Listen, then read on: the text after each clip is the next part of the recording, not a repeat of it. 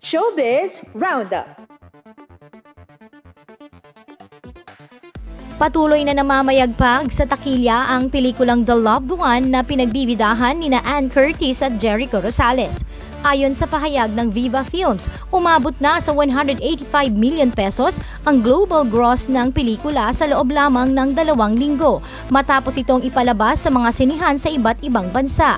Isinulat at idinirect ni Irene Emma Villamor ang The Loved One ay kwento ng dating magkasintahang sina Ellie at Eric na muling nagkita makalipas ang 10 taon upang balikan ang mga alaala ng kanilang pag-ibig at lungkot na hindi nawala.